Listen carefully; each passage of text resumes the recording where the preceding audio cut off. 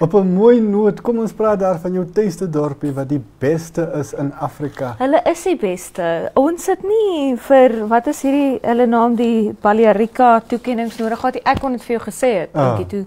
Beste plek in die wêreld. En 'n avontuurbestemming. Ja, natuurlik. Dus ek dink dis iets waarvan besoekers baie hou in Swakop is dit is nie noodwendig net avontuur nie. Jy weet jy kan dit bietjie stadig vat.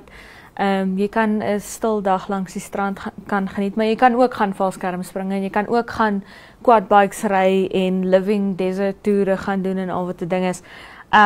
Ja, so maar vir my wat daar gebly het, is maar meeste van die jare is dit maar 'n stil plekkie. Veral hierdie straatjie, ek het nou die foto gesit en kyk daar, Hohenzollernhaus, as jy daar verby stap. As dit nou nie skoolkartyd is, dan is dit maar stil in daai geweste. Maar dit is regtig, dit is 'n lekker dorp om van te kom. Dit is vir my 'n voorreg om in Swakopmund te wees. Ja, net 'n pragtige plek.